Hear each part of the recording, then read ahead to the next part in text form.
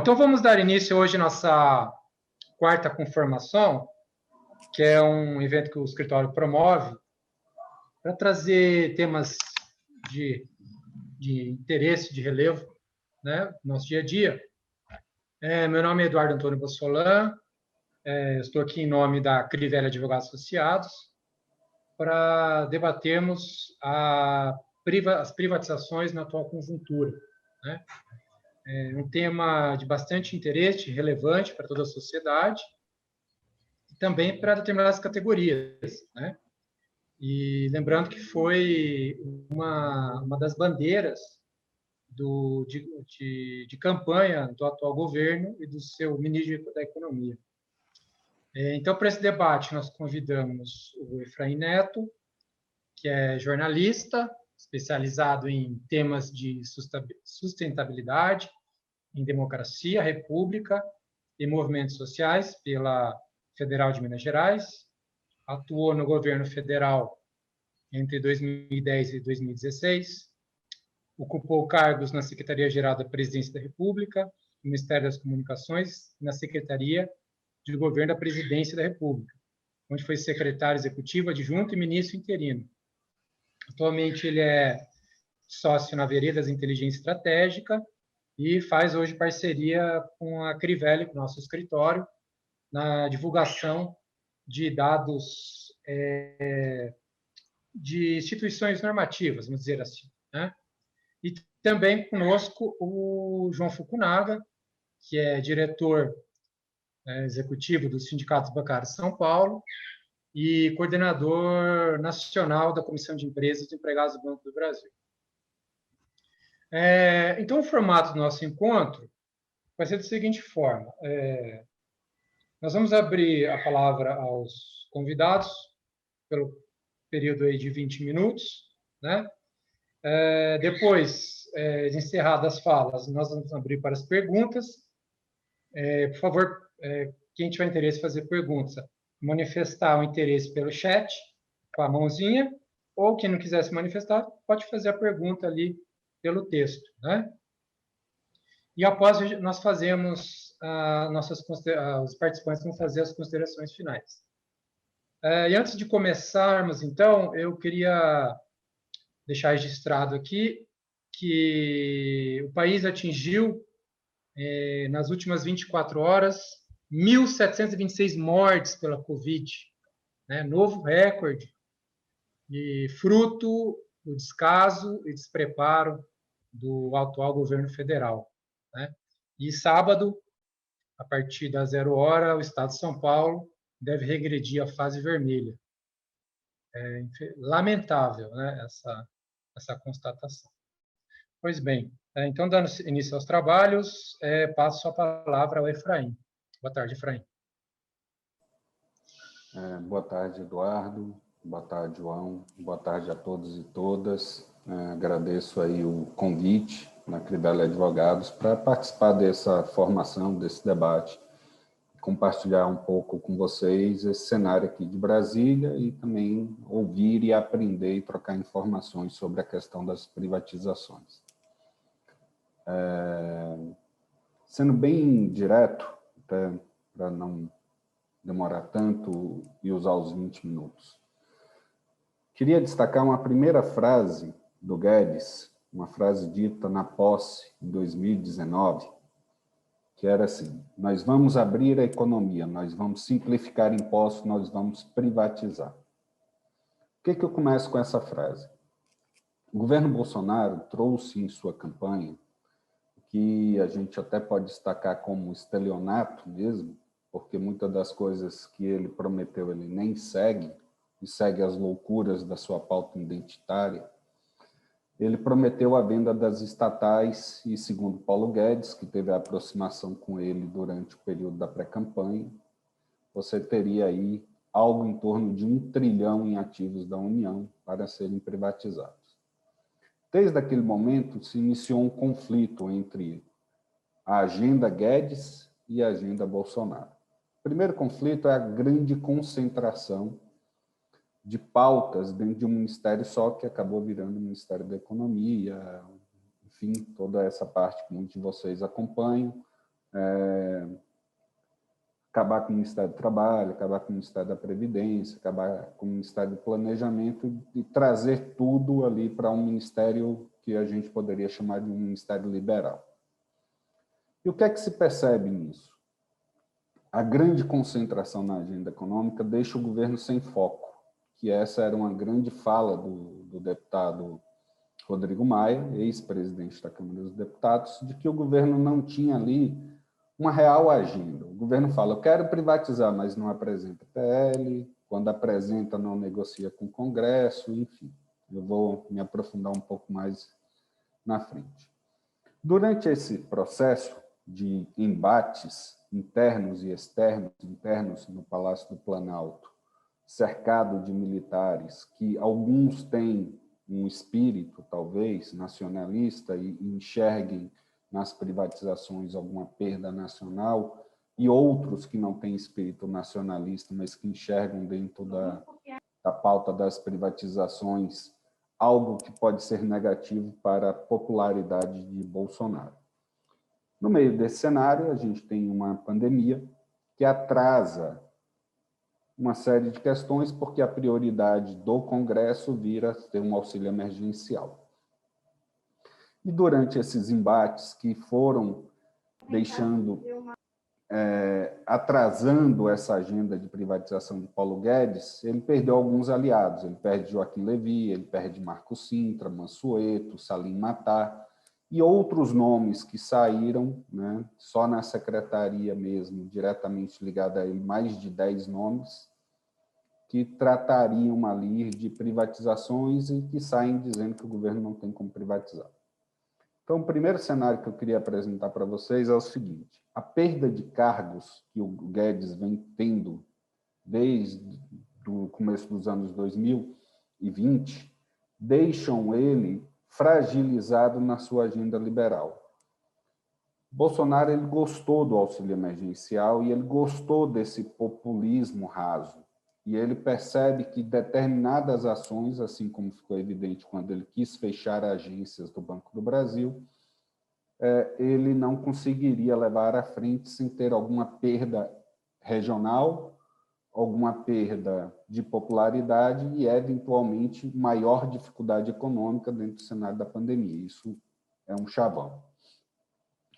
Nesse cenário, ele ainda contava com Rodrigo Maia. Rodrigo Maia foi um fiel da balança da agenda liberal. Ele sempre foi um cara ligado um pouco ao mercado, teve sua habilidade para fazer a reforma da Previdência e trouxe ali, com pesos e contrapesos, um auxílio para o Guedes, apesar das firulas que eles dois, eu chamo de firula porque aquilo era show pirotécnico, que eles faziam quando o Guedes dizia que brigava com o Congresso e tal, mas a pauta andava. Ciente disso, você tem um novo Congresso, né? Foi a eleição de Arthur Lira e a eleição de Pacheco. Arthur Lira é um deputado ligado ao agronegócio, tradicionalmente ele levou as pautas do agronegócio, e ele disse uma coisa em sua posse que chama atenção: as pautas aqui serão colocadas em votação se tiver consenso com a maioria dos líderes.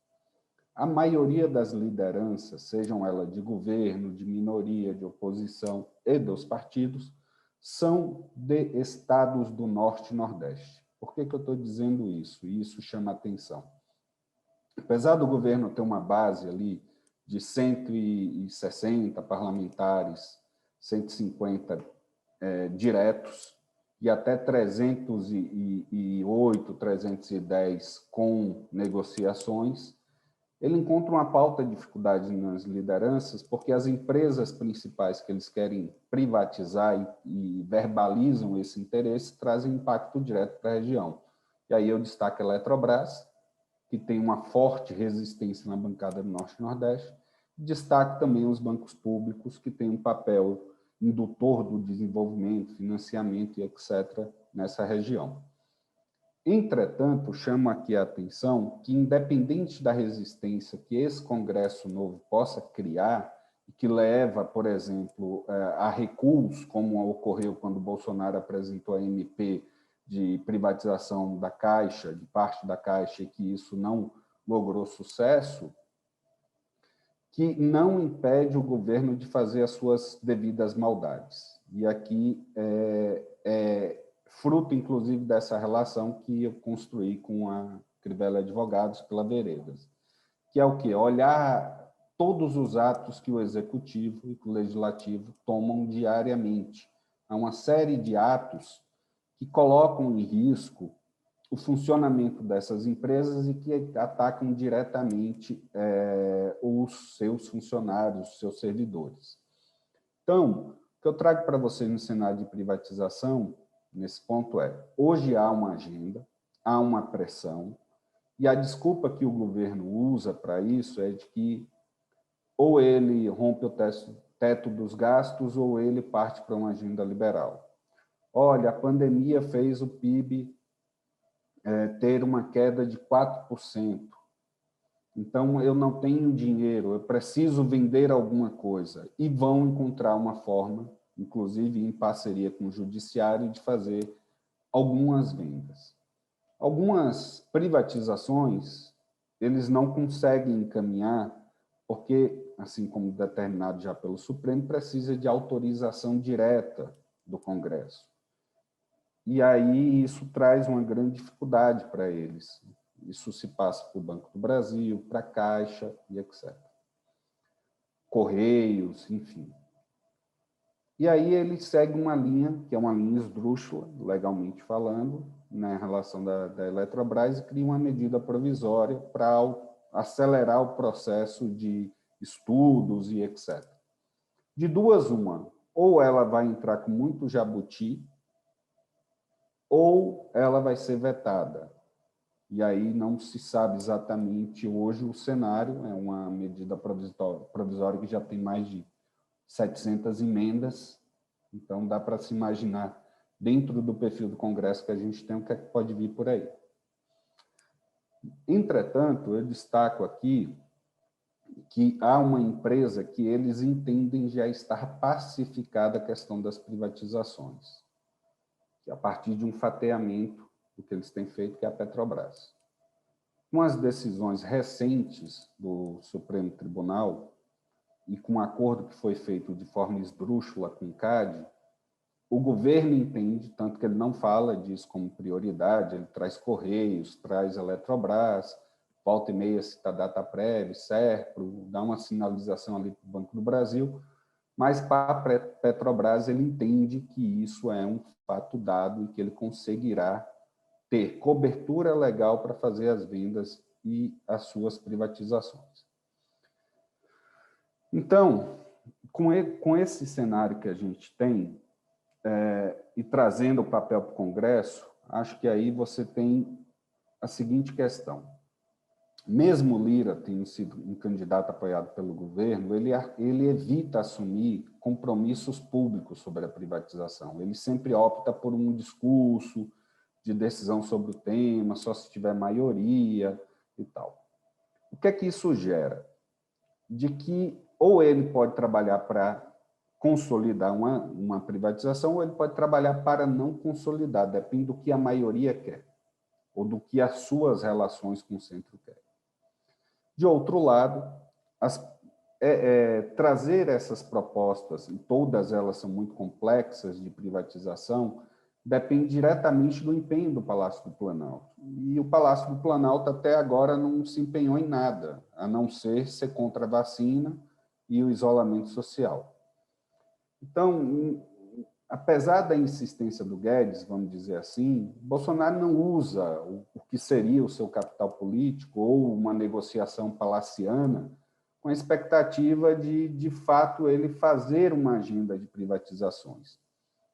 Mas sinalizo e alerto para todos de que, independente da evolução da privatização em si, há outras medidas que o governo pode tomar e que levam a agressões aos trabalhadores e às empresas, e é isso que a gente tem que ficar muito de olho.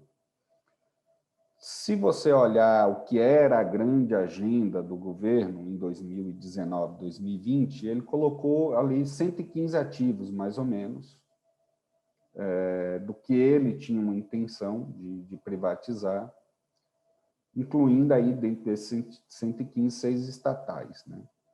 O que ele conseguiu fazer de fato até esse momento, com exceção da Petrobras, e eu insisto nisso, é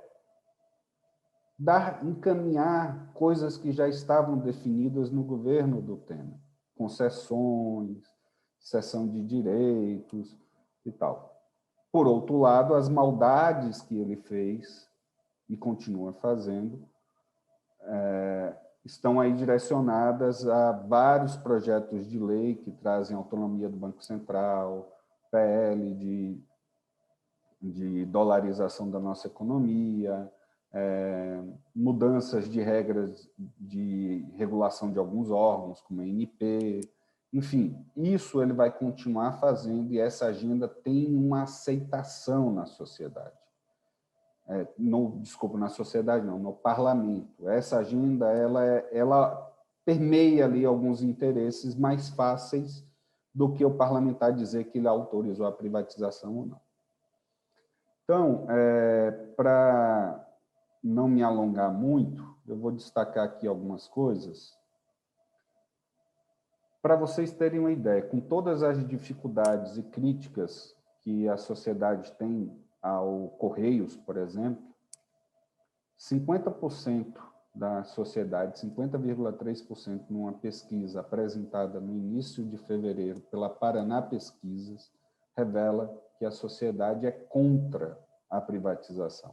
Existe um desejo na sociedade de ser contra a privatização. Em relação à Caixa e ao Banco do Brasil, a Veja apresentou um estudo executado pela FSB, que apontou que 59% dos brasileiros não querem que o governo federal entregue a Caixa à iniciativa privada, e 37% disseram ser favoráveis. Em relação ao Banco do Brasil, 49% são contra a privatização do Banco do Brasil. E o que é que isso leva? O governo ele tem uma estrutura de comunicação que ele monitora isso o tempo inteiro. Isso é real, isso qualquer governo faz, eles usam pesquisas internas e tal. E aí o Bolsonaro usa muito isso para ver exatamente se aquela questão age de impacto sobre ele ou não. Quando ele decide interferir na Petrobras, em uma medida populista, apesar de não vetar em nada a privatização e dar sinais na mesma semana de que quer privatizar isso para o mercado, para ele dar uma sinalização do mercado, isso traz uma insegurança para o parlamento de que a agenda tenha, de fato, algo sólido, porque do jeito que ele está falando, hoje ele pode não falar amanhã, e aí o parlamentar não quer pagar a conta sozinho. Sem me alongar muito mais, o que é que eu acho que é importante a gente ficar de olho? Monitorar todas e qualquer ação tomada pelo Executivo, assim como monitorar toda e qualquer ação tomada pelo Legislativo. Em meados de fevereiro, por exemplo, o Kim, do DEM São Paulo, lá do MBL, ele apresentou um PL, um projeto de lei para inclusão do Banco do Brasil no PND, no Programa Nacional de Desestatização. Isso pode ocorrer sempre.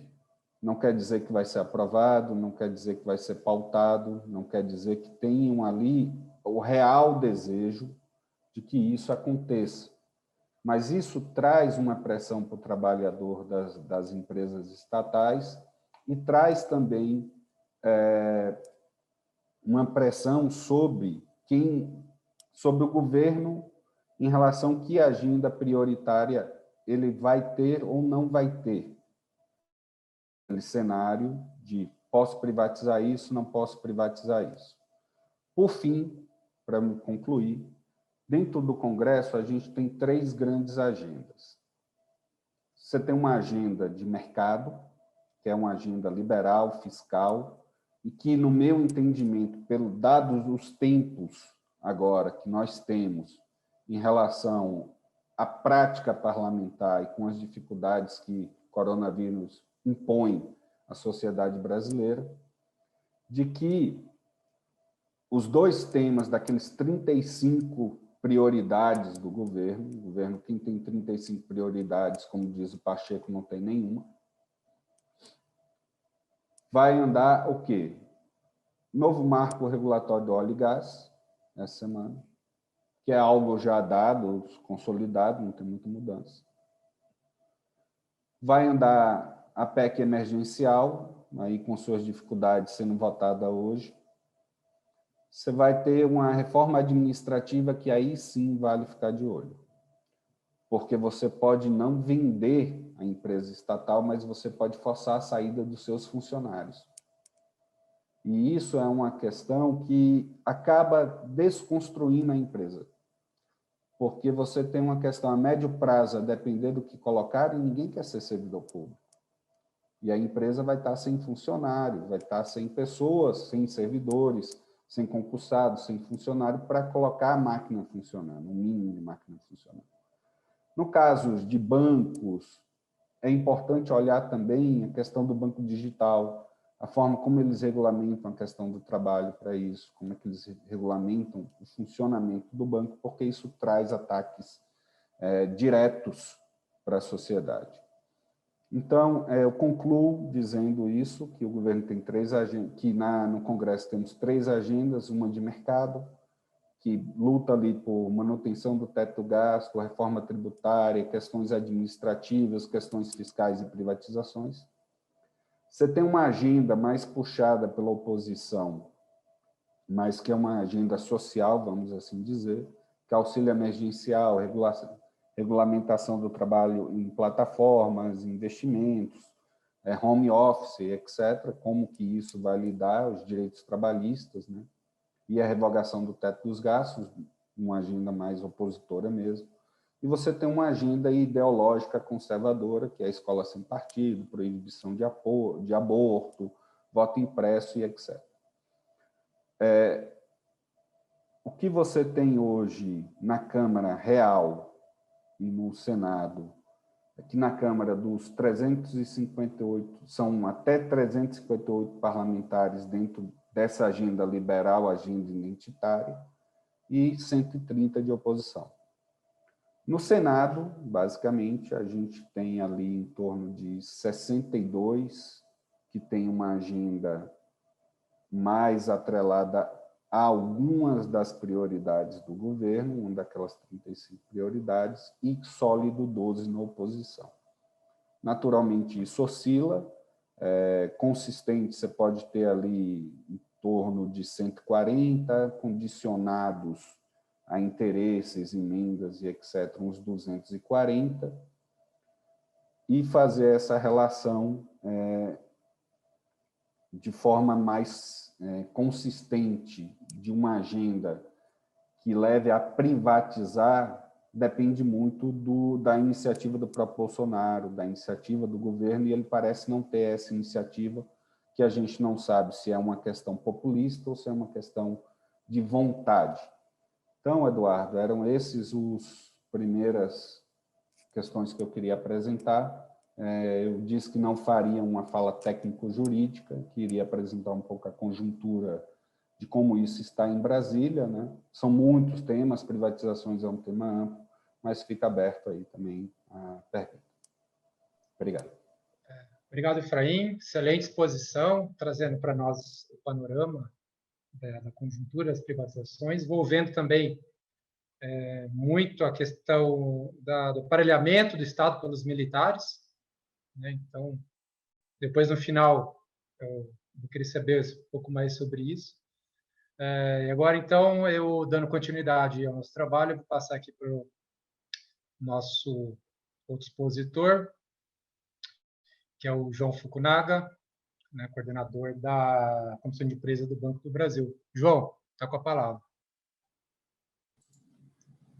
Boa tarde a todos. Boa tarde a Renata, que eu estou vendo, a doutora Lúcia, Eduardo, fazia tempo que eu não via. Outro que está devendo churrasco, né, já que faz tempo que a gente não vê ele, né, ele veio pagar o churrasco para nós. Aliás, eu estou cobrando churrasco em tudo que é lugar, viu? Nossa, Seja mas eu tô live, devendo... bancário. Eu acho que é uma boa ideia. Eu estou devendo churrasco com um monte de gente aqui, viu? Nossa, cara. Aí... Mas queria agradecer o convite de participar desse debate aí, da iniciativa do escritório, né? Tenho acompanhado sempre essas quartas, aí o pessoal tem mandado, e aí esse assunto de privatização vem muito a calhar, né? Amanhã teremos um grande ato capitaneado pelas centrais sindicais e pela CUT, envolvendo a FUP, envolvendo os bancários, envolvendo os eletricitários, no Brasil inteiro, manifestações em defesa das empresas públicas, pela vacina já, em prol do SUS, né, em defesa dos bancos públicos. Então, uma grande atividade. Então, no dia de hoje, veio muito a calhar aí para nós fazermos esse debate. Vou entrar um pouquinho em algumas searas que não é de dominância total da minha parte, por exemplo, a Petrobras, mas eu acho que é um momento importante de se falar muito da Petrobras, e vejo que a mídia hoje, inclusive a mídia de esquerda, focou muito mais na mudança do presidente da Petrobras, né, do Castelo Branco para o Lula e Silva, do que, de fato, dos problemas que geraram esse aumento de petróleo, esse aumento do combustível, aumento do gás, e que agora está entrando nessa lógica do governo de impor uma versão de que o problema seriam os impostos, né? Que é o que a direita sempre faz, fala que os grandes problemas são os impostos, sendo que, na verdade, não é. Então, acho que esse debate, para a gente entender e começar a pautarmos uma outra versão, às vezes fica difícil, né, se a mídia nossa de esquerda também compra a mesma coisa que está sendo vendido, né? E fica aqui um registro de crítica da minha parte, porque eu acho que o único instrumento que falou um pouco diverso disso foi o próprio UOL, que pertence a um grupo de monopólio de imprensa e um grupo de jornal golpista, né, que é a Folha de São Paulo, mas foi o único local que eu vi, no site do UOL, uma matéria de uma jornalista, na verdade, que alencava vários problemas que levaram à alta do petróleo, desde a distribuição do pré-sal, né, a venda de partes de postos do petróleo do pré-sal, vendas de refinaria, vendas de subsidiárias, enfim, um pouco que o Efraim colocou nessa questão do desmonte das empresas públicas. Acho que o governo federal achou um mote, já que o STF decidiu que a empresa-mãe só pode ser vendida se tiver a aprovação do Congresso Nacional, e hoje essa aprovação não é líquida e certa, né? Então, o governo achou um mecanismo, que é vender as subsidiárias. É um processo que tanto o Banco do Brasil começou já a acontecer a partir de 2016, né? E que agora vem tendo mais visibilidade na Petrobras e na Caixa, nesse embate aí de vender subsidiárias da Caixa. No caso da Petrobras, no caso da Petrobras e Banco do Brasil, sempre entra aquela discussão, né, de que são empresas públicas que não geram o lucro necessário. Só que se a gente vê o balanço do Banco do Brasil agora, foram 13,6 bilhões de lucro que o Banco do Brasil teve. Lucro, né, já é muito alto esse 13,6 bilhões. E a própria Petrobras, com seu lucro recorde, a gente vê que não são empresas que não geram lucro. Pelo contrário, elas possuem lucratividade. Eu não vou me enveredar e falar da Caixa, porque eu não estudei o balanço da Caixa recentemente, mas também, com certeza, teve lucro a respeito. Então, são empresas que geram lucro, geram patrimônio, tanto para os seus acionistas, como o governo federal, quanto para os acionistas de mercado. Qual que é a diferença? A diferença é que quando eles fazem a venda de subsidiárias, ou a discussão do aumento da tarifa do banco, ou aumento da cobrança do custo do petróleo, igualando a cobrança internacional, eles estão aumentando cada vez mais o lucro e, ao mesmo tempo, estão distribuindo muito mais o lucro para os acionistas, em detrimento da sociedade brasileira. Isso é muito visto hoje na Petrobras, basta ver os escândalos aí do atual presidente, o Castelo Branco, que ele aumentou o seu bônus de executivo, né? Vem aumentando o bônus executivo, inclusive do Conselho de Administração da Petrobras, ou seja, se auto-beneficiando, como também os altos pagamentos feitos para os acionistas. No caso do Banco do Brasil, viemos de uma recente reestruturação, né, em que o escritório, junto com o Comando Nacional, tem atuado fortemente para tentarmos rever isso, e aí felicitar aqui os companheiros do escritório, somente da área coletiva, que conseguiram uma liminar que impede o fechamento de agências na cidade de São Paulo. Isso é importantíssimo para a gente fazer o debate com a sociedade, e também contra o Banco do Brasil, de falar que não vai ser tão fácil assim. E também a liminar que a gente conseguiu a nível nacional, né, que acabou impedindo a retirada de direito, a retirada de salário de bancários, né? Então, isso é fruto do nosso debate construído conjuntamente. Então, o Banco do Brasil vem para uma reestruturação, e 2 semanas depois de anunciada a reestruturação, que pretende economizar 300 milhões ano, o banco vai lá e discute o aumento do payout dos dividendos aos acionistas, saindo de 35,5% para 40%. Parece pouco, mas é muita coisa, né, se a gente considerar os valores em bilhões. Aí vai lá a discussão da Petrobras, vamos vender ativos, né? Então, de campo de petróleo, de gás, de termoelétricas, que a Petrobras tinha sociedade, BR Distribuidora, todas as subsidiárias, para onde está indo esses recursos? Estão indo para fazer caixa para aumentar os dividendos dos acionistas, né? A mesma coisa quando eu vou lá e faço a discussão da venda de uma subsidiária do Banco do Brasil. Recentemente, uma joint venture com a UBS, que isso acho que é um caso único no mundo, nunca vi isso, mas o Banco do Brasil simplesmente pegou uma diretoria dele de mercado de ações e fez uma joint venture com uma empresa. Então, você pega uma diretoria só e faz uma joint venture com uma empresa. Acho que eu nunca vi caso assim, normalmente você faz de uma empresa para uma empresa, mas não uma diretoria do banco, que é exatamente a maior diretoria do banco em termos de alocação de recursos no mercado de capitais. Fez uma parceria com a UBS, que há pouco tempo atrás detinha o Pactual, banco formado pelo Paulo Guedes lá atrás, depois veio agora o BTG Pactual, que também faz parte do grupo de pessoas que convivem com o Paulo Guedes ou que foram mentorados pelo Paulo Guedes. Então, a gente vai lá e desprestigia um trabalho que está sendo feito numa empresa pública em prol de falar que o mercado é melhor. Só que aí, quando se entra de fato no debate do mercado, né, a gente verifica o quê? Primeiro, esse atual governo odeia o mercado, odeia a governança corporativa. Porque basta ver, toda vez que vai ter discussão no Banco do Brasil, o Paulo Guedes está sempre falando, né? O homem liberal, o homem do mercado está sempre falando, no Banco do Brasil eu não posso fazer nada porque existe uma governança corporativa. Uma governança corporativa construída pelos manuais de administração por ele, defendido, e construída exatamente pela listagem de ações na Bolsa de Nova York e do Brasil. Então, é mais difícil fazer as coisas. Comparado com a Caixa, segundo ele, que ele pode fazer o que ele quiser, né? E tem o Pedro Guimarães fazendo lá. Não é à toa que não dá para a gente discutir no Banco do Brasil, que é uma questão de trocar o presidente vai mudar a política.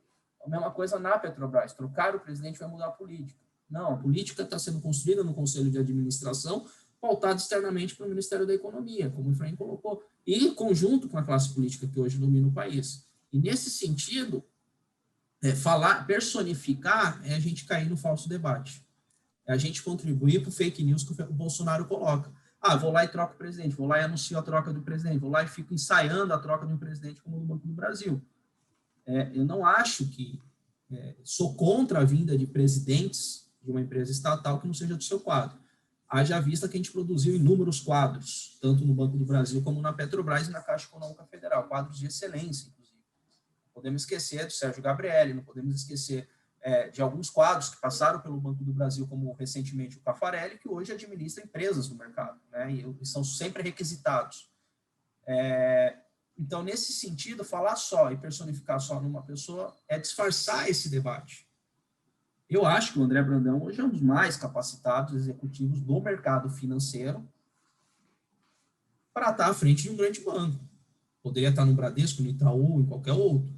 Talvez não defenderia no banco público, mas ele é um cara gabaritado, não podemos tirar esse mérito dele. Então, falar que o problema do Banco do Brasil se resume à troca do presidente é esquecer que essa reestruturação do banco passou e foi fechada por uma diretoria de pessoas, uma diretoria de mercado e pelo o SEST e junto com o Ministério da Economia, né, e personifica numa pessoa, mas ninguém nunca discutiu, vamos voltar à reestruturação, vamos reabrir as agências. Simplesmente o debate se resumiu a agradar o funcionário do Banco do Brasil, falando, vamos trocar o presidente. Todo funcionário caiu nisso, e a gente fez um contra-discurso em relação a isso. A mesma coisa do Castelo Branco. Vamos trocar o Castelo Branco. O problema é ele que não controla o preço do petróleo. Aí o governo vai lá, anuncia a troca dele por um general, e, ao mesmo tempo, vai lá e fala que o problema está na questão dos tributos, sendo que a gente sabe que é um falso debate. O problema não está nos tributos. O problema está na prática de preço que hoje a Petrobras faz, que é uma prática voltada de igualar com o preço internacional. Então, você repassa o custo do internacional para o consumidor final no Brasil. Toda vez que há aumento do barril do petróleo, você vai ter esse impacto, ou do gás, você vai ter esse impacto. Então, o problema não está só nos impostos, mas o problema está numa forma de atuação da empresa que é geração de lucro espontâneo, né? Simplesmente para agradar os acionistas. E aí, a crítica a toda a esquerda, não vou resumir a partido, mas vou falar de todos, é que nenhum partido de esquerda soube aproveitar esse debate para fazer outro debate, principalmente da questão do pré-sal, principalmente da questão das vendas de refinarias, resgatar que a refinaria de Pasadena hoje dá lucros para o balanço da própria Petrobras, e que foi alvo recente de difamação, e resgatar que a BR Distribuidora era uma das maiores empresas de logística de petróleo, né? Então, a gente esquece de fazer esses debates importantes e caímos nesse falso debate do Bolsonaro. E o mais importante, a gente cai na falsa ideia de que colocar um cara que passou por diversos governos tende a melhorar o diálogo, tende a facilitar o diálogo, porque é um pouco isso que eu vejo. O general Silvio Luna faz parte do governo progressista do PT, como como chefe de Estado-Maior, foi parte do governo Temer, e agora está sendo escalado pelos militares, né? Então, você tenta trazer a ala militar para um debate político, de tentar melhorar as relações, e isso acaba gerando um outro prejuízo. Então, acho que a gente tem que ter claro um pouco isso. Isso me incomodou profundamente em relação à Petrobras, a gente cair nesse falso engodo e não fazer um debate muito maior. A CUT tardou eu vou ser execrado daqui a pouco. A CUT tardou em tomar uma reação, está tomando agora, eu acho que é muito salutar junto com as centrais, muito mais puxado pelos bancários, porque nós levamos esse debate muito a ferro e fogo, e agora a gente vai construir uma narrativa também utilizando de toda quinta-feira um debate contra as privatizações, né? E junto com todas as pessoas que eu coloquei para vocês. Em termos de prejuízo, a reestruturação no Banco do Brasil, focando um pouquinho no meu banco, a reestruturação do Banco do Brasil tem muito dessa cara que o Efraim colocou, desmonte, né? A gente está fazendo estamos transformando o Banco do Brasil num banco elitizado, num banco como se fosse o Itaú Personalité, né? Que atende os altos salários, que atende a classe média mais alta, a classe média abastada. Quando eu falo que vou para a área digital num banco público, eu estou de cara incentivando exatamente quem tem um alto padrão de vida, porque com certeza o terceirizado que faz a limpeza do Banco do Brasil ou segurança não utilizam de canais digitais para acessar sua própria conta, eles utilizam a velha e tradicional agência bancária. Se formos em qualquer local do país, aqui em São Paulo mesmo, em várias atividades que nós fizemos, nós verificamos uma autoprocura das agências dos bancos públicos, tanto da Caixa Econômica Federal pelo auxílio emergencial, quanto do Banco do Brasil para atendimento bancário. Então, ao falar dessa reestruturação que fecha a agência, que apoia o modelo digital, é dizer que eu vou competir com o Banco Itaú na área do personalité, né? Pegar o Banco do Brasil estilo e vou começar a competir ali. Não é à toa, a Renata pode colaborar com isso também, que a gente houve um aumento muito grande dos escritórios digitais, que é uma segmentação para tratar exatamente da classe média para cima, de um atendimento mais qualificado, que o banco fala mais qualificado, embora sem nenhum tipo de instrumento necessário para isso. Ao mesmo tempo, o Banco do Brasil faz uma opção de entregar para o mercado o crédito agrícola. E aí eu só quero colocar alguns números. O Banco do Brasil, ao fechar agências no interior, que seja de São Paulo, no interior do país, tirar o acesso do produtor da agricultura familiar, e hoje representamos 67% do financiamento para o agricultor familiar, tirar dele um local de ser atendido, um local de arrumar esse crédito. E aí, não é à toa que desde 2016... Tá? Uma das operações que mais cresce no Brasil são cooperativas de créditos no interior, principalmente cooperativas de crédito rural. E uma delas é a Sicope, que não é ligada a nenhum movimento social, não é ligada ao movimento sindical, mas é ligado exatamente aos ruralistas, que está praticando taxas de crédito para a agricultura familiar, em contrapartida aonde o Banco do Brasil está deixando de atuar. Então, só do ano passado para esse ano, a Sicope teve um registro de lucro das operações de crédito de 18,1%. Se olharmos o balanço do Banco do Brasil, a gente vai ver a queda que a gente teve na carteira de crédito do Banco do Brasil, que chegou a ser quase 20% também. Então, se há uma correlação entre as coisas, e a gente está entregando para a iniciativa privada, né, fantasiada de uma suposta cooperativa, o crédito para a agricultura familiar. Ou, com certeza, a quebra de safra, o seguro safra, os juros subsidiados que o Banco do Brasil pratica com a agricultura familiar não será o mote dessas empresas, porque eles tendem a buscar um lucro imediato. Só mais um dado aqui de crédito, só para vocês terem uma ideia. empréstimos hoje, no Brasil como um todo, né, empréstimos à infraestrutura ou à agricultura familiar com pagamentos superiores a 5 anos, ou seja, um prazo maior que 5 anos de pagamento, 80% vem de banco público, 20% vem de iniciativa privada, que são sempre os créditos que eles entendem como longo prazo e um lucro muito tardio. Então, quem financia com crédito maior, com taxa de juros subsidiada e com longo prazo de pagamento, são os bancos públicos. Isso diretamente discute com a agricultura familiar, com a micro e pequena empresa.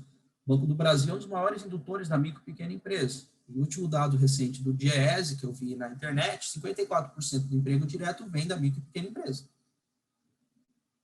Então, se a gente fala que a Ford fechou 5 mil locais de postos de trabalho, se a gente considerar a cadeia toda que envolve a Ford, micro e pequena empresa, podemos chegar a 30, 40 mil pessoas que foram desempregadas com a saída da Ford. E que, com certeza, essas empresas passaram pelo Banco do Brasil em algum momento de procura de crédito.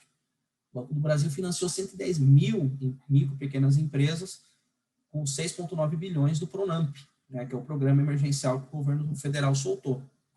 Uma outra questão, o Banco do Brasil, Caixa Econômica Federal, o BNDES, e Banco do Nordeste, tem uma atuação muito forte no norte, nordeste e centro-oeste do país. Então, vamos lá, 90% do crédito imobiliário para a região norte, nordeste, centro-oeste e parte do sul, 90% vem da Caixa Econômica e Banco do Brasil. 10% de outros bancos. No Sudeste, isso já é um pouco diferente, mas mesmo assim é significativo. 60% do crédito vem do Banco do Brasil e Caixa Econômica Federal, 40% de bancos privados. Então, mostra que a concentração do banco privado está no Sudeste, a região mais rica do país, né, onde possui uma classe média mais endinheirada e com mais recursos financeiros, você aposta nessa segmentação exatamente nesse local para fazer o enfrentamento do mercado. E aí, quando o mercado cobra do governo federal a sua atuação, exatamente no Sudeste, para exatamente você tirar esse mercado dos bancos públicos, né, e passar para a iniciativa privada, sendo que a iniciativa privada nunca colocou um tostão na construção básica desse processo. Né? Então, a gente vê a iniciativa privada no Brasil, eu acho que é a única iniciativa privada no mundo inteiro que tem seguro de tudo que é lado, né? Seguro no seu investimento, seguro que o governo vai fazer lá na frente, se tiver algum problema com essas empresas. É o investimento mais seguro do mundo, é comprar do governo federal, você não tem prejuízo. Vamos ver a Vale, a Telefônica, todas as empresas na década de 90 vendidas a preço mais baixo, rebaixado, e hoje a quantidade de lucro, e que toda vez que houve necessidade de recorrer ao governo federal sempre, na década de 90, sempre reforçou o caixa dessas empresas. Então, é um investimento mais seguro ser da iniciativa privada no Brasil. Por fim, a gente possui no Brasil hoje 5.570 municípios, né, dados do IBGE. 3.256 têm agências bancárias. 990 desses 3.256 são banco público. Ou Banco do Brasil, ou Caixa Econômica Federal, ou Banco do Nordeste, ou Banrisul, ou bancos estaduais. A diferença é muito grande nesse processo nosso de bancarização. Eu lembro quando o governo Lula, o presidente Lula falou, na posse nossa da diretoria do sindicato, quando eu me tornei dirigente, ele falou, o maior processo de democracia, além da questão do fim da pobreza e o fim da fome, é também a bancarização, porque é onde você vai receber os recursos federais, enfim, uma série de instrumentos que você vai produzir igualdade social, né? Então, ele falava muito da bancarização. Então, nesse sentido, eu acho que vale a pena a gente fazer uma reflexão, um pouco o que o Efraim colocou, um pouco o que eu estou colocando, para entendermos o que planeja, o que quer esse governo. De fato, eu vejo hoje uma dificuldade, como o Efraim colocou, das diversas forças políticas atuando no Congresso, e um governo que faz balão de ensaio, e ao mesmo tempo terceiriza a decisão. Então ele fala, o problema da vacina não é meu, o problema da vacina eu falei que tem que fazer, o problema é o Senado que não aprova, é a Câmara que não aprova. Então ele o tempo todo tira da figura sua de mandatário uma decisão, passa para agentes dele na Câmara para tomar-se uma decisão, ou passa para distribuir porrada para todo mundo, né? E nesse caso do Banco Público, o que fez um pouco o governo federal mexer na questão do Banco do Brasil foi muito a classe política, né? Prefeitos que foram bater a porta dele, enfim, toda uma campanha de mídia que nós também fizemos. E acho, modéstia à parte, que a Contraf acertou nesse discurso porque a gente aproveitou o Bolsonaro pôr na mídia a reestruturação para fazer o contraponto. né? E esse contraponto fortaleceu muito o debate na grande imprensa, e hoje, toda vez que se discute a questão do Banco do Brasil, se discute vão procurar a Contraf para fazer essa outra versão. Não acho que devemos parar por aí, acho que a defesa não é só atos do sindicato, mas é um convencimento social. A gente tem que dialogar muito com a sociedade, dialogar muito com a classe política. A gente tem a favor nosso a classe política, em alguns locais, principalmente no rincão do país, para defender um banco público, ou, como o Frank colocou no caso do Nordeste, defender a Petrobras, né? Eles não vão estar dando tiro no próprio pé. Mas, para isso, a gente tem que provocar esse debate na classe política. Infelizmente, ainda vejo a gente cometer os mesmos erros que levou ao golpe, aos mesmos erros que levou à ascensão do Bolsonaro na esquerda, que é simplesmente ficar na defensiva e não criar propostas e projetos para o país. Quais são os projetos que nós queremos para o banco público, os bancos públicos, quais são os projetos que queremos para a Petrobras, como isso pode ser concretizado num governo de esquerda, né? Não só defender o passado, mas projetar o futuro. Acho que a gente precisa fazer muito esse debate com os deputados de esquerda, com os senadores. Não é só uma única pessoa, mas assim ampliar esse debate. E para isso a gente tem desenvolvido materiais para serem distribuídos falando da importância do Banco do Brasil. Mas ainda acho que temos que dar esse passo. Que tipo de projeto, que tipo de país nós queremos com isso? Para mim está cada vez mais claro, em vários debates que eu participei, que só há empresa pública ou banco público se há projeto de Estado. Se não há projeto de Estado para isso, essas empresas perdem a sua capilaridade, perdem a sua importância, perdem a sua função. Então, se a gente precisa demonstrar que eles são fundamentais para a sociedade, a gente também tem que mostrar que eles são fundamentais como projeto de Estado e como política de desenvolvimento. E, para isso, a gente precisa realmente da classe política. E eu acho que a gente tem um passo à frente, embora muito louco, muito doido, muito nada de esquerda, seu Ciro Gomes vira e mexe, está na mídia colocando este debate. E é o único falando deste debate em várias mídias. Mas aí eu trago todas as minhas ressalvas em relação ao temperamento, não só de pavio curto dele, mas o temperamento flutuante politicamente que ele possui. Mas está na hora da esquerda tradicional, né, e aí podemos falar PT, PSB, PCdoB, sentar e fazer uma agenda política e um projeto de Estado para a gente disputar as eleições de 2022 contra o Bolsonaro. Bolsonaro, da forma que está terceirizando a culpa, continua ainda se mantendo com índices de popularidades relevantes. Podemos dizer alto, mas são relevantes. E a gente precisa fazer esse contraponto aí para a gente mostrar que nós temos um projeto. Quero só lembrar que o Partido Trabalhista Inglês só recuperou o poder depois de muitos anos fora, exatamente com projeto de política e projeto de Estado. Posso não concordar com os mandatos finais do Tony Blair, que sacaneou a organização dos trabalhadores com políticas de privatizações, mas eles ganharam o poder na Inglaterra através de política de Estado e projeto de Estado vendido para a sociedade, né, colocado em debate pela sociedade. Podemos falar isso do Partido Português, esquerda, hoje que comanda Portugal, também colocaram uma discussão de projeto de Estado e projeto de governo. O pessoal aí da Espanha, muito menor a sua capilaridade nessa discussão, mas traz algum debate a respeito disso. Estou pegando os exemplos mais tradicionais dos partidos de esquerda, mas que são fundamentais.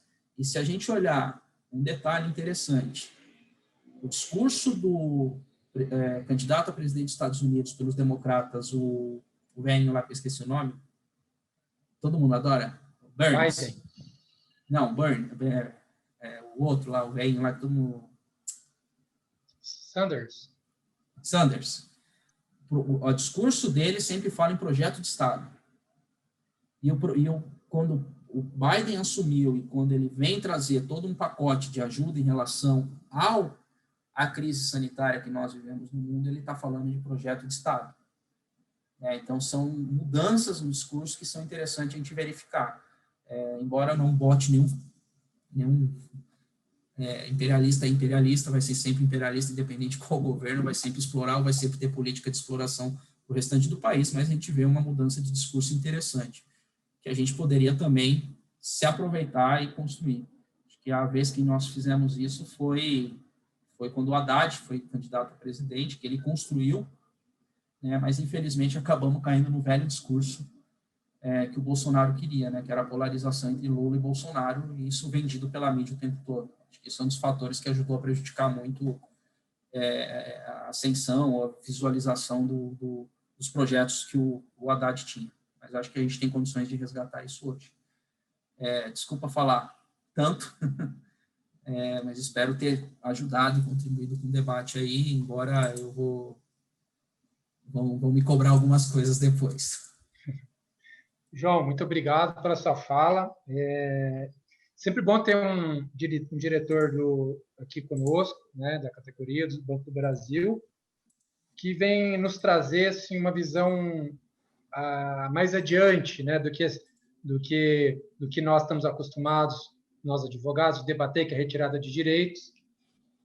Mas é importante esse debate que você levantou do falso debate das privatizações, né, com a fritura do Brandão, com a fritura do ex-presidente da Petrobras, atribuindo a eles a única e exclusiva culpa pelos problemas das estatais. Muito interessante abrir a visão, né, que é uma quarta de formação dos advogados que estão aqui, dos companheiros de sindicato.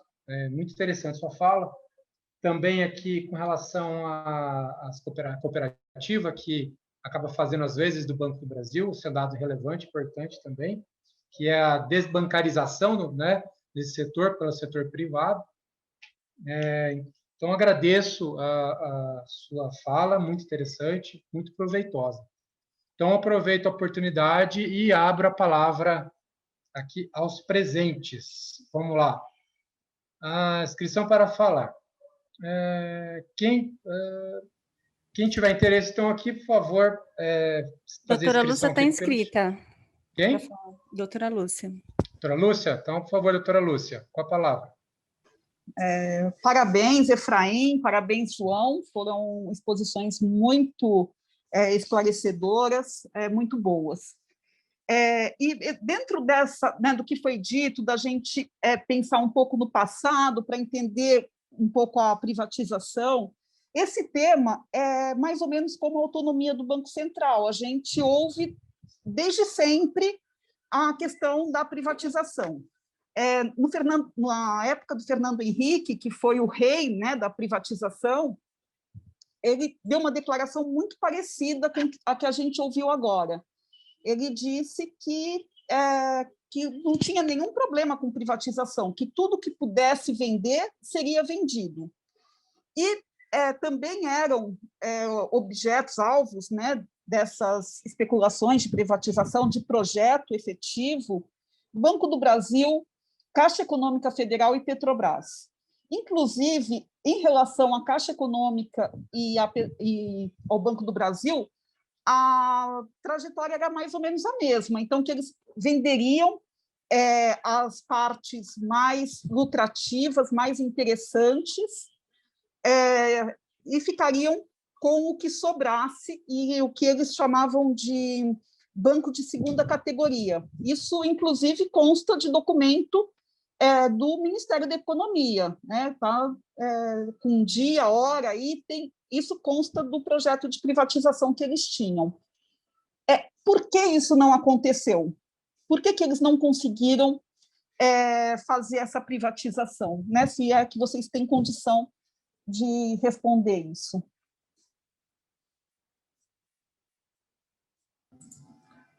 Posso primeiro, Du? Vocês dois aí, fiquem à vontade. Doutora Lúcia, poderia fazer bloco ou faz um por um? Acho melhor fazer um por um, né? Já responde. João, quer começar? Posso começar.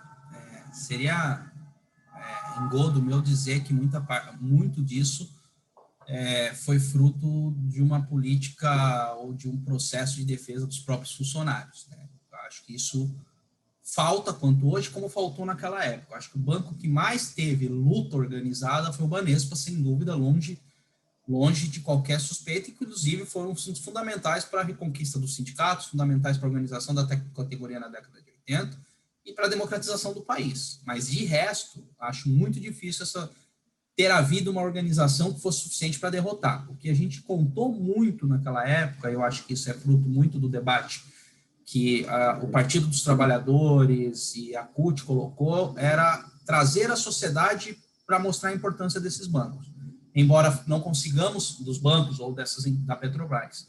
E contou muito com o apoio de determinadas alas da classe política. Então, vamos lá. Que eu saiba, havia uma disputa dentro do PSDB, de uma ala mais ligada ao Mário Montoro, na época, que defendia mais as empresas públicas. Então, houve esse racha dentro do seio do PSDB. Na época, PFL de longe, PFL tanto faz, tanto fez, e havia muita força também no PMDB nos governos municipais. Então, você falar numa privatização de bancos públicos era mexer exatamente na seara onde o PMDB sempre dominou, né, aquelas os municípios. Já na Petrobras, a gente contava muito com o apoio de uma ala militar mais desenvolvimentista, menos entreguista do que a gente conta hoje, né? Hoje a gente vê militares que foram para fora do país e descobriram que são parte do sistema financeiro, querem vender tudo no país e aceitam qualquer coisa, né? Acho que é uma grande diferença do que a gente tinha naquela época. Então, houve muito debate na ala militar na venda da Petrobras como subsídio estratégico de uma política de defesa nacional, né? Ou mesmo a Embratel, na época, ou mesmo locais que eles dominavam como política estratégica. Então, houve essa disputa, mas houve essa discussão que você traz da autonomia do Banco Central, realmente não é nova, mas ela traz um debate interessante, né? Porque traz a própria ala do PSDB produzindo artigos hoje, como senador, um dos mais conservadores, na minha opinião, do PSDB, que é o José Serra, contrário, e com um texto lúcido, né? Para quem achava que ele não estava, ou foi escrito pela esposa dele, não sei, para quem acha que ele não está lúcido, produziu um texto extremamente lúcido, resgatando períodos da Maria Conceição Tavares, né? A professora dele, que é extremamente nacional desenvolvimentista, né? Então, isso me chamou muita atenção. Então, mesmo no PSDB, tem um pessoal bem rachado nesse debate, e assim outros partidos. Mas a autonomia do Banco Central, ela perde, de certa forma, no meu ponto de vista, um debate estratégico futuro, porque o que eles estão fazendo, desregulamentação do setor financeiro, Open Bank, aumento dessas canais digitais, o que tem entrado de empresas aí sem regulamentação a respeito, né, ou mesmo o PIX que o Banco Central está colocando, eu acho que a discussão da autonomia é uma discussão que fica no passado. Ela é importante, sim, para fazer uma discussão, mas tem outros fatores que estão desregulamentando o sistema financeiro nacional, e principalmente privilegiando uma coisa que é o que o Paulo Guedes sonha, na minha opinião, é a desregulamentação do rastreamento do capital deles, né, dos especuladores financeiros. Você abre de tal forma que você não tem como um controle social ou um controle jurídico, político aí, em cima do que eles ganham, do faturamento dele, você pode praticar, inclusive, lavagem de dinheiro. Tudo bem que o Brasil ainda é fácil fazer lavagem de dinheiro, nos Estados Unidos mais ainda, mas você cria um sistema mais fluido e mais difícil de você fazer o controle disso, né? Porque hoje você controla com os 5 maiores bancos. Essa fluidez você simplesmente abre. E fruto muito disso é um pouco a vinda dos bancos chineses no Brasil, né? Para mim, você ter vários bancos chineses comprando várias empresas, bancos pequenos no Brasil, é simplesmente para lavar dinheiro também, né? Porque são empresas que até hoje não dão, bancos que até hoje não dão lucro, né? A gente acompanha os PPRs nossos, né, doutora Lúcia, então a gente vê que são empresas que não dão lucro, mas são controladas por capital chinês. Então, eu vejo essa especulação financeira querendo essa desregulamentação para cada vez mais facilitar para eles. Eu preciso fechar a janela aqui, mas da minha parte é isso. Sendo bem direto, acho que tem alguma questão mais vinculada aí ao ambiente político e ambiente econômico. Quando você faz processos de privatização, como se tentou lá atrás, e etc., é muito difícil você colocar tudo de uma vez só, sabe, doutora Lúcia? É muito difícil, porque você nem consegue fazer um ambiente regulatório e você nem consegue identificar de que forma aquilo tá fluindo e tal. Independente do lucro, praticamente a grande 95% 5% do que foi privatizado, em algum momento precisou recorrer ao Estado de alguma forma, ou para um ambiente regulatório diferente, ou como suporte financeiro mesmo. Acho que isso é um elemento importante. O segundo elemento importante é o período. O que é que eu falo do período? Todo mundo sabia lá atrás que bancos teriam transformações. Que tipo de transformação? Aí é discutível de você estar pensando isso há 20 anos atrás. E são transformações que são, por exemplo, diferentes do ambiente da Petrobras, por exemplo, do petróleo, de como lida, de tecnologia. Basicamente, no setor do petróleo, você não tem uma mudança de tecnologia dos anos 80 para cá. É uma coisa mais de sonda e tal, mas a prática em si é a mesma. No banco, não. E aí eu coloco um elemento que é importante, por exemplo, pegar uma privatização que a gente discute pouco, Dataprev e Serpa. Por que agora resolveram trazer à tona? Já tentaram privatizar, como privatizaram Datanec, viu que deu problema e etc., mas porque agora o dado ele tem um valor significativo muito maior do que se tinha antigamente. E nessa questão do dado, tem uma fala do Paulo Guedes que é muito interessante relacionada à Caixa Econômica, que ele fala o seguinte: com o cadastro que foi feito agora e com esse tanto de brasileiro recebendo auxílio emergencial, a gente pode criar uma subsidiária só para vender essa parte da Caixa Econômica Federal. Então, eles procuram também o que monetiza para os seus interesses. Então, acho que isso trouxe no passado algumas dificuldades e traz algumas facilidades agora no período em que a gente está vivendo.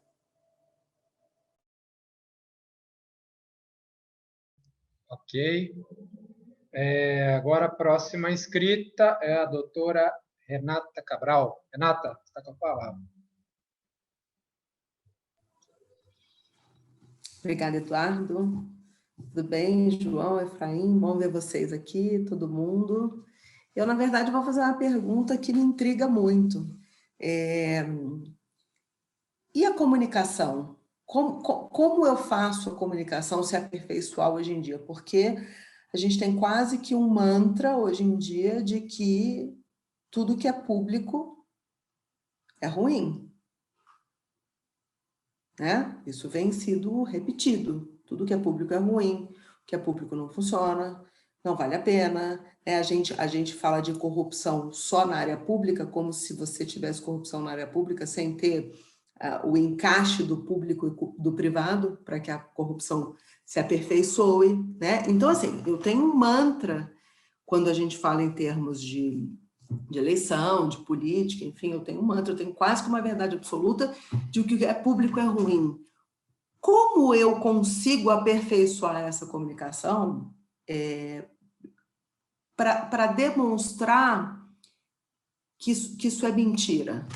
Para demonstrar, por exemplo, como a gente fala do Banco do Brasil, né, o João trouxe aí inúmeros dados, que o Banco do Brasil ele está onde os bancos privados não estão.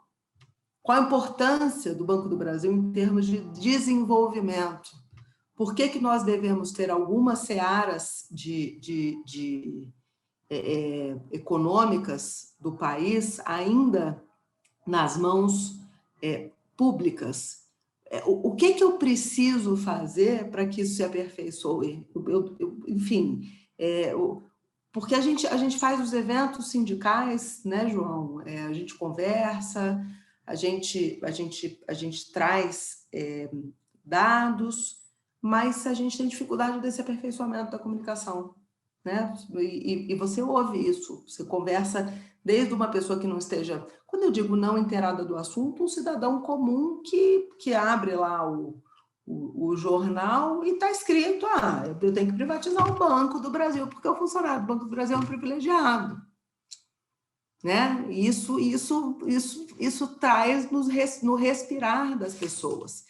Como que eu desmistifico? Como que eu luto contra essa informação? Como eu demonstro que isso está errado?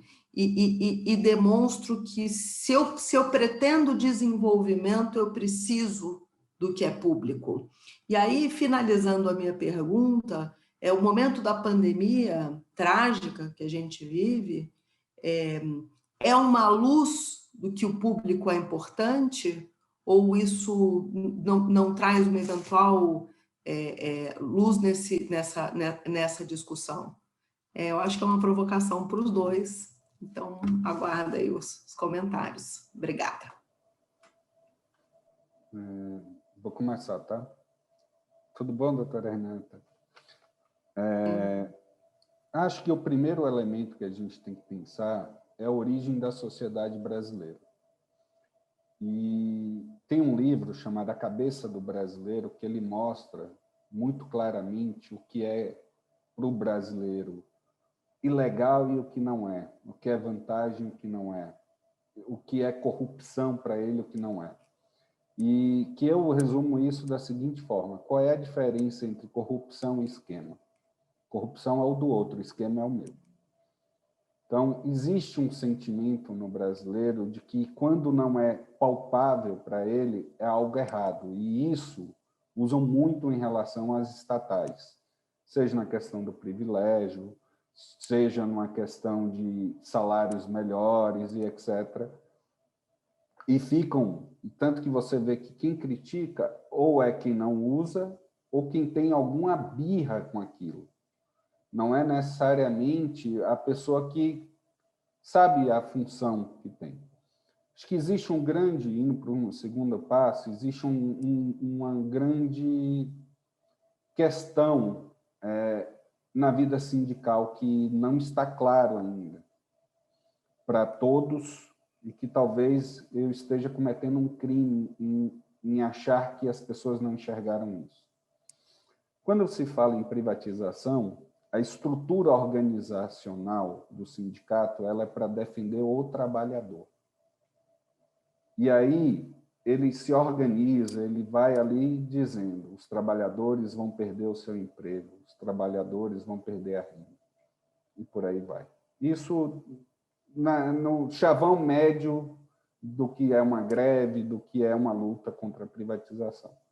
Pegando o lado dos petroleiros, por exemplo, ontem eu fiz uma pergunta para os dirigentes. Eu vou ler a pergunta aqui para vocês verem qual era o meu questionamento. Deixa eu pegar aqui. Hoje, na luta sindical, o que seria mais importante? Privatização, desmonte da empresa, questões de condições de trabalho ou política de preço da gasolina? Mesmo eu pergunto para o Banco do Brasil, que isso é estratégia para virar comunicação. E eu acho, doutora Renata, o primeiro erro é que a gente deixa a comunicação ditar a política por uma reação ou por uma indução. Bolsonaro falou, aí reage. Qual é a estratégia da luta sindical? Essa é a origem. Eu, petroleiro, não iria discutir política de preço porque eu não tenho gerência nenhuma sobre isso. Isso é uma decisão de diretoria que não passa nem pelo voto da representante dos trabalhadores no conselho de administração. Agora, eu tenho uma coisa muito mais importante para fazer, seja do ponto de vista dos bancos, seja do ponto de vista da Dataprev, com dados, seja de ponto de vista da Petrobras. Como que impacta a cadeia onde essas empresas estão inseridas? E isso sensibiliza muito mais a comunicação do que os chavões ditos na média. Aí, João, eu também vou apanhar por falar essas coisas. Eu acho que falta estratégia para a CUT. Se discute, se pensa. E por que eu falo isso? Quando a gente faz um grande evento que traz várias entidades sindicais que estão com risco de privatização, o primeiro erro é que cada privatização é uma privatização diferente e ela tem que ser tratada de forma diferente. Ou vira tudo uma defesa do servidor público, que está correta quando é a defesa do servidor público, ou a gente não consegue ter um argumento, porque cada pessoa tem uma percepção sobre Correios, sobre Banco do Brasil, sobre Petrobras, sobre privilégios e etc. Então, isso é um elemento que traz a comunicação. O que eu faria? Eu, Banco do Brasil, empresa mista, assim como a Petrobras. O que significa o desmonte para mim e quais cadeias produtivas serão impactadas com isso? Quem perde com isso? Além do trabalhador, obviamente. Tem município de 30, 40 mil habitantes que tem uma agência que processa o pagamento de prefeituras da região inteira, que movimenta ali no mês 20 milhões, 15 milhões, 12 milhões, e que tem um impacto local muito grande, e que tiveram agências fechadas, e aí você impacta no cara que vendia comida, no segurança que trabalhava, na relação das pessoas sacarem dinheiro e fazer a compra da feira ali, a feira teve que ir para outra cidade. Enfim, isso é uma questão. Olhando para os petroleiros, o desmonte da Petrobras significa o desmonte dos estaleiros no país. Só que um sindicato não conversa com o outro. É um negócio que fica cada um também lutando na sua individualidade, na sua pauta, de forma correta, honesta e legal. Mas a narrativa, falando aí, doutora Renata, em comunicação, ela tem que ser, exemplo, o João deu um exemplo da questão do crédito para a agricultura familiar. Qual é a narrativa dos bancos hoje para combater isso? Dizer que a pessoa não vai acessar o crédito porque foi para um banco privado, ela vai acessar, ela pode pagar mais juros, mas que ela vai acessar, ela vai. Dizer que ela não vai ter agência, ele vai, se ele precisar dos 5 mil reais emprestado que o BNB empresta para ele fazer o seu investimento na agricultura familiar, ele vai pegar um carro, vai andar 400 quilômetros que ele precisa dos 5 mil reais e ele vai pegar no Banco Itaú pagando mais caro. Isso é uma realidade que a gente tem que ter. Agora, como que eu sensibilizo isso? Eu faria um fatiamento, uma setorização das cadeias produtivas impactadas pelo meu serviço, pela minha capacidade de agir enquanto estatal, e criaria aí estratégia de comunicação segmentada. Por fim, isso tem que ser uma mensagem permanente. A gente começa, assim como boa parte do bloco da esquerda, falando de manhã de uma coisa, de tarde outra, de noite outra, de madrugada, se alguém espirrar, eu estou mandando mensagem, e acordo falando de outra coisa que não tem nada a ver. Existe um trabalho muito bem feito, e aí a Contraf está de parabéns, como a FENAI, etc., com Recontaí. Ele traz um sentimento importante de explicar como aquilo está dentro da vida das pessoas. É suficiente? Não sei, eu não faço esse julgamento. Aí quem tem como fazer. Mas precisa segmentar. A minha opinião e tudo que eu tenho lido, estudado em relação a estatais, é segmentar. Por exemplo, para concluir, eu estou montando uma estratégia parlamentar para a DataPrev. E para os funcionários lançaram uma campanha que chama Proteja Seus Dados. Então, eu criei 4 eixos em relação a essa campanha, que são eixos que vão virar um documento para o parlamentar, para a pessoa olhar e dizer, eu não vou lá dizer que a DataPrev faz isso, que ela é bonita, que ela é boa e tal. Isso, em alguns lugares, eu vou dizer. Mas eu vou dizer da Seguridade Social, que é um eixo, vou dizer dos dados de Estado e Defesa, segurança pública, que envolve carteira de motorista e etc., e dados pessoais. É como você é impactado por isso. E não dizer, a empresa é grande, ela tem lucro, ela não pode, porque essa narrativa, ela não vende, ela só acha, só torna as pessoas mais privilegiadas naquilo que pega no chavão do que é privilégio, que não é. Então, Renato, concluo dizendo, a comunicação ela precisa ser segmentada. E isso é tão importante que para um banco como o Banco do Brasil, com o Banco do Nordeste, um banco como o BNDES, ou se fragmenta a narrativa para ser no norte um, no nordeste outro, no sudeste outro, para determinados setores outro, ou a gente não vai conseguir falar, mandar um recado sobre o impacto dessas estatais na vida das pessoas. Essa é uma opinião, não sei se todo mundo concorda, mas é uma leitura que eu tenho tido, inclusive dentro do parlamento. João, você está aí, João? Parece que teve um problema técnico. Está nos ouvindo? Oi, Du, tô sim. Tô me ouvindo? Então, Aqui, tá acabou a energia aqui. Estou só no celular. Eu vou passar essa, Du, porque eu fiquei prejudicado. Eu só vi a fala final e nem a pergunta direito da Renata eu vi, porque caiu a energia. Tá bom. Próximo inscrito é Alexandra Dantas. Por favor, Alexandra, você tem a palavra. Oi, eu só não vou, não sei se vocês estão me ouvindo, eu não vou ligar meu vídeo, tá? Porque eu estou com pouca bateria aqui no celular. Na verdade, eu vou fugir um pouco, mas entrar na questão, né, que foi falado aqui da CUT, o próprio João falou, o Efraim, e eu acho, e a própria a doutora Renata colocou dessa falta de comunicação.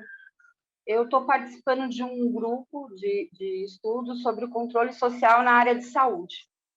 E a nossa maior dificuldade, por incrível que pareça, é as pessoas entenderem que a gente tem que apresentar diretrizes e não propostas nesse momento. Porque quando chegar no plano nacional, não vai ser aceito, porque o formato é de diretrizes. E aí existe um problema de comunicação muito grande, e aí eu noto isso junto à CUT, de compreender as regras. E aí eu não falo só da entidade, aí eu falo, no caso, de dirigentes. Né? Então, eu acho que o que vocês estão fazendo é importantíssimo, né? Porque vai padronizando o debate, vai estimulando a nossa compreensão, e a gente está nesse processo também de construção, né? A gente criar aí uma comunicação segmentada, que as pessoas entendam a importância da gente criar mecanismos para poder fiscalizar e fazer esse controle efetivamente. Eu sei que foge um pouco do tema, na verdade, a minha fala é no sentido de parabenizar a todas, viu, João? Olha, parabéns, o Efraim, a doutora Lúcia, olha, vocês estão de parabéns, é importantíssimo isso que vocês estão fazendo. E a gente precisa também dialogar com as diversas áreas, sabe? Com saúde, com educação, e é isso aí. Na verdade, eu só estou apontando isso para mostrar a dificuldade que a gente tem para conversar com os nossos pares, né? Toda vez que a gente tenta mudar alguma coisa, ou é difícil fazer com que as pessoas saiam daquela situação de comodismo. Eu acho que a gente também tem uma situação, por conta da enxurrada de informações que nos chegam, que também não acaba nos ajudando. A gente também tem que começar a discutir mais o ócio, né? A gente está vendo isso aí na pandemia, o que está acontecendo, e as pessoas ficam ali de pão e circo, né? Agora nem pão mais tem, só de circo. Mas é isso. Obrigado, Alexandra. Efraim, João. Mas se eu posso começar? Pode. Por favor, João. Primeiro, mandar um beijo para a Alexandra e mandar um beijo para o Valcir também. Então tá, o que eu estava falando é o seguinte, eu acho que a gente erra quando a gente não tem uma comunicação que traz concretude para a vida real do trabalhador. Vou dar um pouquinho de Marx aí, né? A gente fica muito na questão discursiva, ideológica nossa, e a gente esquece de trazer. Por exemplo, se eu fosse discutir com o MTST, que a Ale tem um trabalho bacana com as mulheres lá do MTST e da área de saúde, por que a gente não pode ter no banco público um conselho de administração em que a sociedade civil esteja lá? Por que um membro do MTST não pode ser eleito para compor um conselho de administração de uma Caixa Econômica Federal que faz a discussão de moradia, que tem um crédito imobiliário mais forte que o Banco do Brasil? Ou mesmo, por que eu não posso ter no Banco do Brasil um agricultor familiar eleito para compor a parte do conselho de administração e trazer a sua versão, as suas dificuldades, né? Conversando muito com o pessoal do MTST e da CONTAG, a gente verifica que há um preconceito, infelizmente, de parte dos bancários do Banco do Brasil em atender esses agricultores de baixa renda, ou atender a agricultura familiar, ou atender o MST. E, às vezes, o crédito não chega como deveria chegar para eles, né? E esse é um dos maiores problemas hoje que enfrentam, por exemplo, o MST em relação aos bancos públicos. Quem dirá o MTST com a Caixa Econômica Federal? Nós acabamos criando uma classe bancária que, querendo ou não, se vê elitizada e se vê numa situação de classe média e que, às vezes, olha para um atendimento desse que não vai gerar resultado imediato, que não vai gerar cumprir a sua meta de venda de seguro ou de tudo isso que os bancos impõem, e acaba atendendo de forma equivocada ou não atendendo quem mais necessita do banco público, ou seja, faz um desfavor da discussão do banco público. Não vou dizer que são todos, é uma parcela, infelizmente significativa, que a gente tem que começar a fazer o debate, começar a dizer para eles, para depois a gente conseguir também dialogar com a sociedade e com os outros setores, né, de fundamental importância, mas que o Efraim colocou, você coloca isso também, essa unidade entre nós, que eu acho que, do movimento sindical, que acho que é o que mais nos dificulta, né? Quiçá na esquerda, nos partidos de esquerda. Né? Obrigado, João. Efraim, você tem um comentário para fazer, né? O comentário que eu tenho, ele existe uma coisa que é clássica quando a gente olha o comportamento social de grupos, né? A gente fala com nós mesmos, não uma questão argumentativa, mas eu falo uma questão de comportamento. Eu não gosto de ir em lugares que eu não gosto de ir, ou que pessoas que eu convivo não gostam de ir. Eu gosto de ir em locais onde eu me sinto bem e tal. Então, olhar isso leva a gente a uma questão, Alessandra, que é importante, que é o seguinte. Do mesmo jeito que se criou um sentimento institucional, e aí não é social, não é sociedade, é instituição mesmo, de que vender, privatizar, desmontar é uma coisa boa, os sindicatos precisam criar um sentimento institucional para fora do sindicato, de que é importante entender o papel tanto do trabalho sindical em si, da luta, mas em se tratando de privatização, de defender a empresa A, o Banco do Brasil, o BNDES, o que for. A gente tem uma dificuldade muito grande de falar para fora dos sindicatos. A gente tem que pensar aí como, por exemplo, se eu sei que um banco digital ele pode trazer um prejuízo ou lesar um cliente, por que eu, com TRAF, não dialogo com o IDEC sobre isso? Eu espero o IDEC reagir para eu depois conversar com eles. Por exemplo, a NPD, você tem aí uma gama de dados que são de interesse nacional em cada uma dessas empresas, principalmente na Caixa, que gera uma movimentação muito grande de benefícios sociais. E eu vou deixar de conversar, enquanto sindicato, com outras entidades que têm interesse e que estudam esse assunto, só quando, me desculpe a palavra, quando é merda. Tem que se criar um sentimento institucional, porque esse sentimento institucional ele traz também uma possibilidade de falar com públicos diferentes e traz também uma possibilidade real de você ter parceiros na luta em defesa das estatais, seja ela bancária, seja ela de petróleo, seja ela de dados, seja ela de serviços postais. Era isso. Obrigado, Efraim. Doutora Lúcia, tem mais uma pergunta. Doutora Lúcia, a palavra é sua. Eu vou aproveitar que vocês estão aqui para falar com a gente sobre isso. Efraim, quando teve aquela série de privatizações ainda com Fernando Henrique, o Aloysio Biondi fez uma alegação, na verdade, ele fez um artigo publicou falando que, para vender, o Brasil tinha gasto 2,5 bilhões a mais do que recebeu. A gente tem algum número atualizado das outras privatizações que foram feitas desde lá? Doutora Lúcia, eu não tenho esse levantamento. Eu teria que olhar, eu assumo o compromisso de dar uma olhada e passo para o teu e-mail. Mas vou dar uma pesquisada, eu não tenho esse dado. O que tradicionalmente se tem nas modelagens que se faz, o primeiro problema é que se concentra em poucas empresas a modelagem. Por exemplo, Dataprev, Serpa e Correio está praticamente com o mesmo consórcio. Então, você tem ali, eu sei que o da Dataprev é 8 milhões para montar o consórcio, mas não para montar a venda, né? Ele vai dizer como vender, né? Vende-se assim, assim, assim, seguindo essas regras, no exterior é assim. O que também se tem, que é um questionamento, aí é um questionamento clássico, que foi vendido por um valor menor. E aí tem que se olhar o modelo de venda que se utiliza, porque isso impacta nessa conta que a senhora coloca em questão.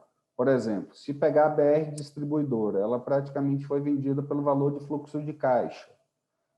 Se você pegar agora a Relan, que é a refinaria da Bahia, né? Landolfo Alves, ela de fato foi vendida por aquilo que, entre aspas, ela vale.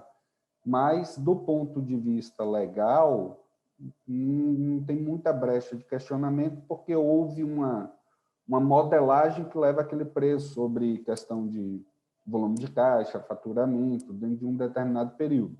Mas, de fato, além não só de pagar para privatizar, a gente financia quem compra. Então, o Estado, ele cria um arcabouço legal e de normas que não fazem muito sentido. Por exemplo, na BR Distribuidora, a pessoa pagou 2 parcelas e ela vai pagar uma terceira parcela depois que ela obter o lucro da compra que ela fez daquele ano. É um negócio, você fala, praticamente eu entreguei de graça, porque aquele lucro era do Estado. Então, dá para contabilizar, por exemplo, como um prejuízo que o Estado deixou de ter. Se ele faz, não estou dizendo que tem que vender à vista, né? Não é isso. Mas você cria regras que poderiam trazer lesar menos o Estado. Só que isso não é feito, na forma que é feito, na pressa que é feito. Tudo, a tendência, com certeza, é de que esses valores sejam ainda maiores. João, quer falar a respeito? Acho que o Efraim mandou bem, eu não tenho nada a acrescentar, não, Du. Tá. Eu só preciso sair daqui a pouco, eu tenho uma plenária. Eu, a Renata e a Lúcia. Tá bom. Tá. Bom, até já encerramos as inscrições, não tem mais ninguém. Eu ia fazer uma pergunta, mas devido ao adiantado da hora e em respeito aos colegas que trabalharam o dia todo, vou poupá-los disso. Quero, então, agradecer a ilustre presença do Efraim, do João, né, dos colegas, Lúcia, Renata, o Amaro também está presente. Mandar um abraço para a Simone, para o Daniel, para a Marina, da nossa equipe. E boa noite a todos, bom descanso, que amanhã tem mais luta e trabalho. Tchau, gente, boa noite. Até logo. Obrigado pela presença. Gente, muito obrigado. Tchau, gente. Boa noite. Tchau, companheiros. Até mais. Tchau, tchau.